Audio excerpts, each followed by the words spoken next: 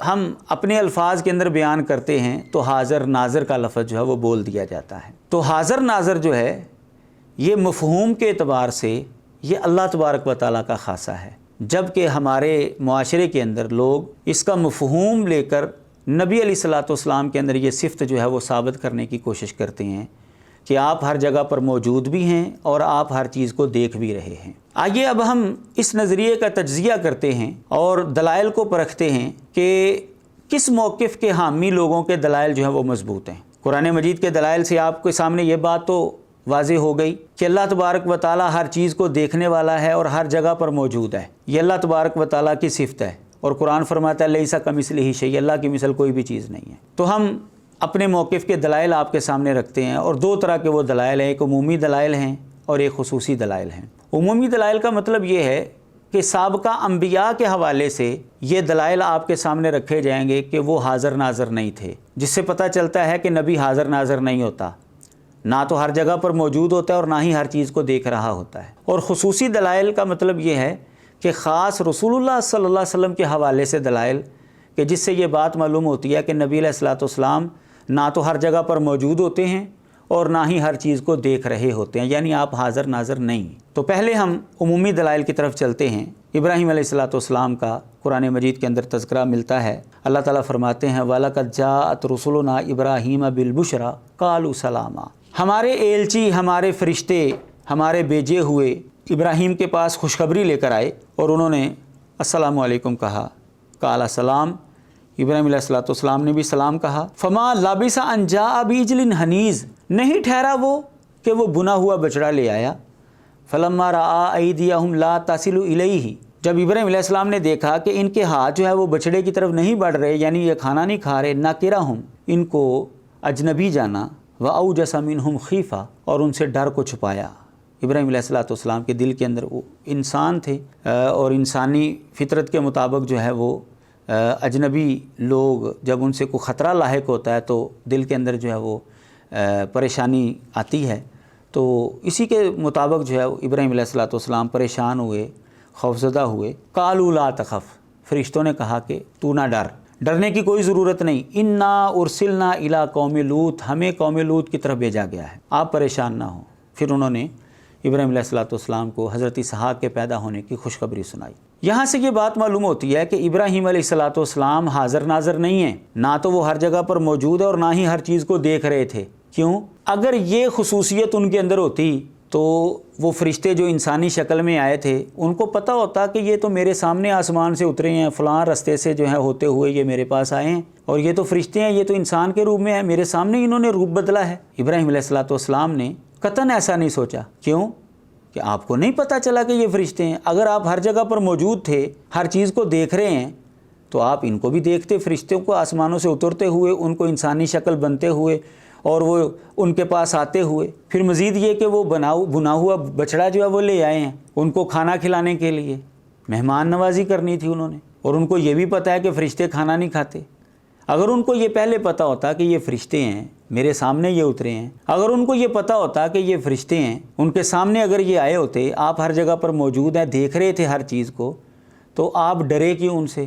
فرشتوں نے ان کو کیوں بتایا کہ ڈرنے کی ضرورت نہیں ہے، ہم تو اللہ کی طرف سے بھیجے گئے ہیں؟ ابراہیم علیہ الصلوۃ والسلام کو اس وقت پتہ چلا جب فرشتوں نے بتایا کہ ہم اللہ کے بھیجے ہوئے فرشتے ہیں۔ معلوم ہوا کہ ابراہیم علیہ الصلوۃ والسلام نہ تو ہر جگہ پر موجود تھے اور نہ ہی ہر چیز کو دیکھ رہے تھے، یعنی حاضر ناظر نہیں تھے۔ مزید ابراہیم علیہ الصلوۃ والسلام کی زندگی کا اگر آپ مطالعہ کریں گے تو آپ کو پتہ چلے گا کہ ابراہیم علیہ الصلوۃ والسلام ہجرت کر کے جو ہے وہ مصر گئے تھے۔ اگر آپ ہر جگہ پر موجود تھے، نبی ہر جگہ پر موجود ہوتا تو مصر کیوں گئے؟ آپ تو پھر پہلے وہاں پر موجود ہونے چاہیے۔ آپ مکے میں آئے، اپنی بیوی کو اور بچے کو چھوڑ کر گئے، اور کچھ عرصے کے بعد جو ہے وہ ملاقات کے لیے آئے۔ صحیح بخاری کے اندر اور دیگر حدیث کی کتابوں کے اندر یہ حدیث موجود ہے۔ تو آپ کی زندگی کو آپ ملاحظہ کریں گے تو آپ کو پتہ چلے گا کہ وہ حاضر ناظر نہیں ہیں، کیونکہ اگر آپ پہلے ہی مکے کے اندر موجود تھے تو آپ ملنے کس کو آ رہے تھے؟ آپ تو پہلے وہاں پر موجود ہیں، اپنی بیوی کو ملنے کے لیے آ رہے ہیں، اپنے بیٹے کو ملنے کے لیے آ رہے ہیں مکے میں۔ معلوم ہوا کہ آپ پہلے وہاں پر موجود نہیں تھے، اس لیے تو وہاں پر آ رہے ہیں۔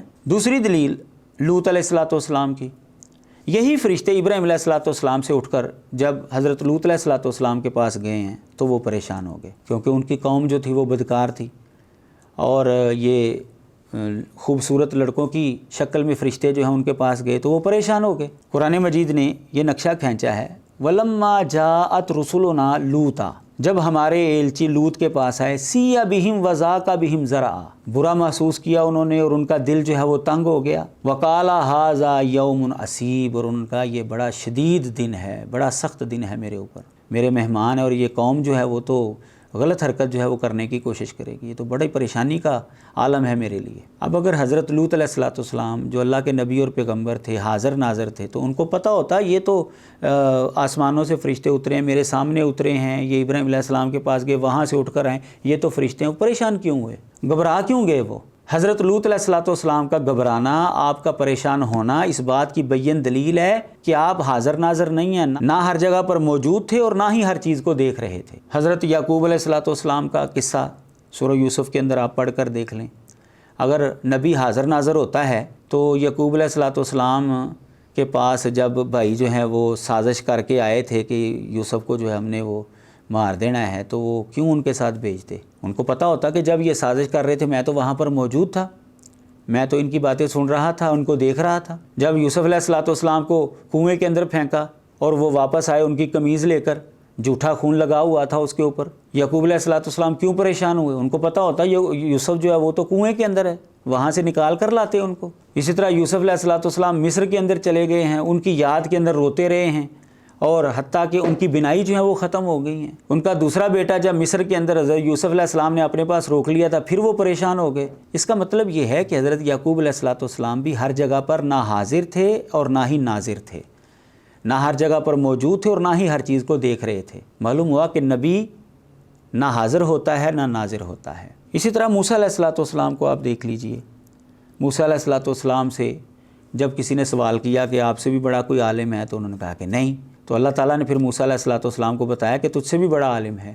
حضرت خضر علیہ السلام کے ساتھ ملاقات کے لیے اللہ تعالیٰ نے بھیجا۔ سورۃ الکہف کے اندر جو ہے یہ واقعہ موجود ہے، صحیح بخاری کے اندر جو ہے یہ واقعہ تفصیل کے ساتھ موجود ہے۔ تو اب اگر حضرت موسیٰ علیہ السلام ہر جگہ پر موجود ہیں، حاضر ناظر ہیں، تو وہ حضرت خضر کو ملنے کے لیے کیوں گئے؟ وہ تو پہلے سے وہاں پر موجود ہونے چاہیے۔ اچھا، وہاں پر جب پہنچے ہیں تو مچھلی زندہ ہو گئی ہے، نہیں پتہ چلا، آگے نکل گئے ہیں۔ تو اب جب آگے نکل گئے ہیں تو بعد میں پتہ چلا کہ وہ تو جگہ پیچھے رہ گئی ہے جہاں پر ہم نے اس بندے کو ملنا تھا۔ تو اگر آپ حاضر ناظر ہیں تو آپ تو پہلے سے وہاں پر موجود ہوتے، آپ آگے کیوں نکل گئے ہیں؟ پھر اسی طرح جب کشتی کو توڑا حضرت خضر علیہ السلام نے تو حضرت موسیٰ علیہ السلام نے اعتراض کیوں کیا؟ ان کو پتہ ہوتا کہ یہ کشتی کس وجہ سے توڑی گئی ہے۔ جب وہ دیوار درست کی بچوں کی تو ان کو پتہ ہوتا کیوں درست کی، کیوں انہوں نے سوال کیا؟ معلوم ہوا کہ حضرت موسیٰ علیہ السلام نہ تو ہر چیز کو دیکھ رہے تھے اور نہ ہی ہر جگہ پر موجود تھے۔ ثابت ہوتا ہے کہ نبی نہ حاضر ہوتا ہے نہ ناظر ہوتا ہے۔ حضرت داؤد علیہ السلام کا قصہ جو ہے وہ حدیث مبارکہ کے اندر موجود ہے، صحیح بخاری میں، کہ دو عورتیں جو ہیں وہ فیصلہ لے کر آئیں، وہ باہر تھیں، دونوں کا ایک ایک بچہ تھا، تو بھیڑیا جو ہے ایک کا بچہ اٹھا کر لے گیا۔ تو داؤد علیہ السلام کے پاس آئی تو بڑی جو خاتون تھی اس نے ذرا چرب زبانی سے کام لیا اور ایسے دلائل دیے کہ داؤد علیہ السلام نے اس کے حق میں فیصلہ کر دیا اور کہا کہ یہ جو زندہ بچہ یہ تیرا ہے۔ ان کا آپس میں اختلاف ہو گیا، وہ کہتی تھی تیرا بچہ اٹھا کر لے گیا، وہ کہتی تیرا بچہ اٹھا کر لے گیا۔ تو داؤد علیہ السلام نے جو ہے وہ فیصلہ دے دیا کہ یہ بچہ بڑی کا ہے، حالانکہ اس کا تھا نہیں۔ اب یہ فیصلہ حضرت سلیمان علیہ السلام کے پاس جب آیا تو انہوں نے فیصلہ جو ہے وہ اس انداز سے کیا کہ میں بچے کو جو ہے نا دو ٹکڑے کر دیتا ہوں، آدھا تو لے جا آدھا تو لے جا۔ چھوٹی کہتی نہیں جی رہنے دیں، یہ بچہ اسی کا ہے، یہ اسی کو دے دیں۔ تو پتہ چل گیا کہ یہ بچہ چھوٹی کا ہے، بڑی کا نہیں۔ اگر بڑی کا ہوتا تو وہ یہ جملہ کہتی، کیونکہ کوئی بھی ماں اپنے بچے کے دو ٹکڑے ہوتے ہوئے نہیں دیکھ سکتی۔ بہرحال اس حدیث سے یہ بات معلوم ہوتی ہے کہ حضرت داؤد علیہ السلام جو اللہ کے نبی اور پیغمبر تھے وہ حاضر ناظر نہیں تھے، کیونکہ اگر وہ حاضر ناظر ہوتے تو ان کو پتہ ہوتا کہ یہ خاتون جھوٹ بول رہی ہے، میں تو وہاں پر موجود تھا، میں دیکھ رہا تھا کہ کس کا بچہ جو ہے وہ بھیڑیا اٹھا کر لے گیا ہے۔ حضرت سلیمان علیہ السلام کو دیکھ لیں، قرآن مجید کے اندر ان کا قصہ جو ہے وہ موجود ہے۔ انہوں نے پرندے کو گم پایا، پرندہ ان کو نظر نہیں آیا، اور انہوں نے کہا ما لی لا اری الہدہد، کیا ہے مجھے کہ میں ہدہد کو نہیں دیکھ رہا۔ اگر آپ حاضر ناظر ہیں، ہر جگہ پر موجود ہوتا ہے نبی، ہر چیز کو دیکھ رہا ہوتا ہے، تو یہ کیوں کہتے میں ہدہد کو نہیں دیکھ رہا؟ یہ تو بندہ کہہ ہی نہیں سکتا۔ اب اللہ تعالیٰ ہر چیز کو دیکھ رہا ہے تو کیا ہم یہ کہتے ہیں اللہ کے بارے میں، یا اللہ نے کبھی کہا ہو کہ میں اس کو نہیں دیکھ رہا، یہ میری نظر سے اوجھل ہے؟ ایسا نہیں ہے۔ اسی طرح جو ہے جب اس واقعے کو دیکھتے ہیں وہ جانور جو ہے وہ پرندہ ہدہد واپس آیا تو اس نے آ کر کہا احطت بما لم تحط به وجئتک من سبأ بنبأ یقین، میں ایسی بات لے کر آیا ہوں جو آپ کو معلوم نہیں ہے اور سبا سے جو ہے یقینی خبر لے کر آیا ہوں۔ وہاں پر بتایا ایک عورت حکمران ہے، وہ لوگ سورج کے پجاری ہیں، تو حضرت سلیمان علیہ السلام نے فرمایا ٹھیک ہے، قال سننظر اصدقت ام کنت من الکاذبین، انہوں نے کہا ٹھیک ہے ہم دیکھتے ہیں، تحقیق کرتے ہیں تو سچ کہہ رہا ہے یا تو جھوٹا ہے۔ اگر سلیمان علیہ السلام جو اللہ کے نبی اور پیغمبر تھے، ہر جگہ پر موجود ہیں، ہر چیز کو دیکھ رہے ہیں، حاضر ناظر ہیں، تو ان کو پتہ ہوتا کہ علاقہ سبا کے اندر ایک عورت حکمران ہے، وہ لوگ سورج کے پجاری ہیں۔ ہدہد کیوں یہ کہتا ہے کہ مجھے ایسی خبر کا پتہ چلا ہے جو آپ کے احاطے میں نہیں ہے، تو کیوں حضرت سلیمان علیہ السلام نے آگے سے کہا کہ میں تیری تحقیق کرتا ہوں، میں پتہ کرواتا ہوں تو سچ کہہ رہا ہے کہ تو جھوٹ کہہ رہا ہے؟ اس کا مطلب یہ ہے کہ حضرت سلیمان علیہ السلام حاضر ناظر نہیں ہیں۔ تو یہ سارے واقعات جو میں نے آپ کے سامنے رکھے ہیں قرآن مجید سے، دیگر انبیاء کے، یہ عمومی دلائل ہیں۔ ان دلائل سے یہ بات معلوم ہوتی ہے کہ اللہ کا نبی اور پیغمبر جو ہے وہ حاضر ناظر نہیں ہوتا، اور اس سے پہلے جو دلائل میں نے آپ کے سامنے رکھے شروع میں، اس سے پتہ چلتا ہے کہ ہر جگہ پر موجود ہونا اور ہر چیز کو دیکھنا یہ اللہ تبارک و تعالیٰ کا خاصہ ہے، اور اللہ تعالیٰ کا خاصہ اور اللہ تعالیٰ کی صفت کسی مخلوق کے اندر جو ہے وہ ہرگز نہیں شامل کی جا سکتی، کیونکہ قرآن فرماتا ہے لیس کمثلہ شیء، اللہ تبارک و تعالیٰ کی مثل کوئی بھی چیز نہیں ہے۔ وآخر دعوانا ان الحمد للہ رب العالمین۔